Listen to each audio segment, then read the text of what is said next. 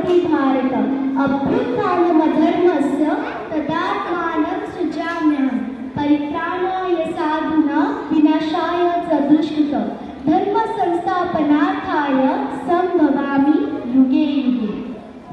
महाभारत के युद्ध में अर्जुन और कर्ण आमने सामने थे। दोनों भी दिव्य अस्त्र शस्त्रों से लड़ रहे थे।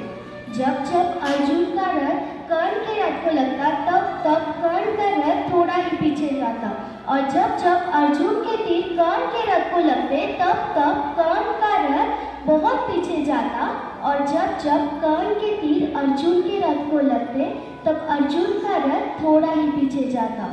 इसी बात से अर्जुन को थोड़ा घमंड हो गया और अर्जुन ने यह बात श्री कृष्ण से कही। तब श्री कृष्ण ने कहा, पार्थ, तुम्हारे बाणों से ज्यादा शक्ति कर्ण के बाणों में है।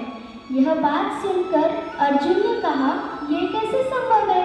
मेरा रथ तो थोड़ा ही पीछे जा रहा है और कर्ण का रथ बहुत पीछे जा रहा है।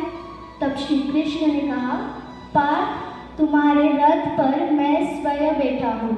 ऊपर ध्वजा पर हनुमान जी विराजित है और नीचे पहियों पर शेषनाग का थाम है।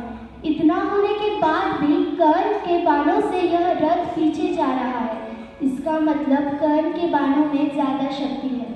यह बात सुनकर अर्जुन को उसकी गलती का एहसास हो गया और अर्जुन फिर इस कथा से हमें यह सीख मिलती है कि कभी भी अपने बल पर घमंड नहीं करना है और किसी और को भी कमजोर नहीं समझना है।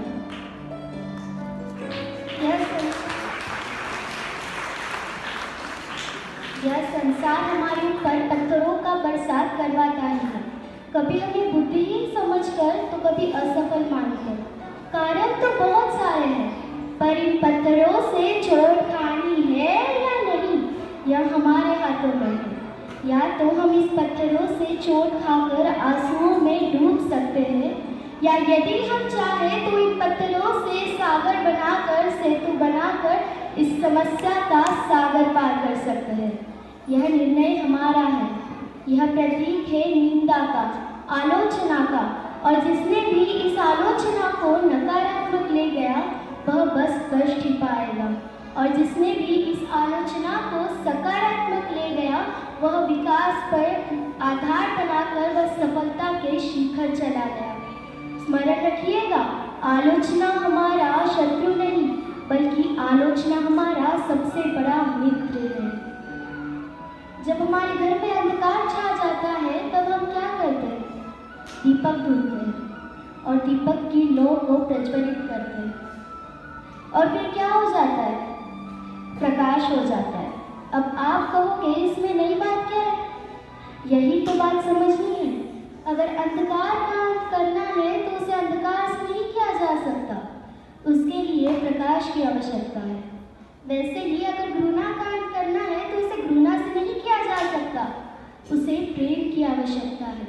अगर वैसे ही हमें शत्रुता कांड करना है तो उसे शत्रुता से नहीं किया जा सकता, उसे मित्रता की आवश्यकता है। वैसे ही अगर हमें नकारात्मक से सकारात्मक की ओर बढ़ना है तो उसे नकारात्मक से नहीं सकारात्मक की जरूरत है। इसलिए जब हम यह करेंगे तभी तो हमारे जीवन में वास्तविक आनंद आएगा।